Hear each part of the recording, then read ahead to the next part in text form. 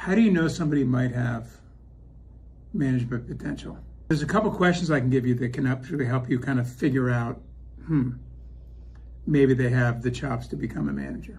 The first one is, how do people react to adversity, to things that don't go their way? You know, people that I think are going to be great managers are people that really care deeply. They really get heavily involved when things don't go well. But when things are over, you know, they don't overly harp on it either. It's like they kind of have this mantra that, like, sure, it was a problem, but problems are kind of, aren't they kind of like while we're here?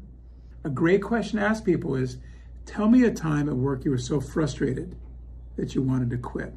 And listen to their story.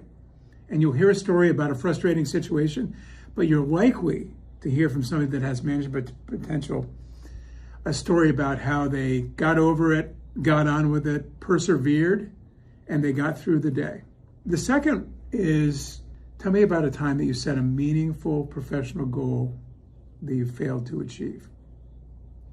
It's asking them to talk about a time when something was really important to them that they couldn't pull off.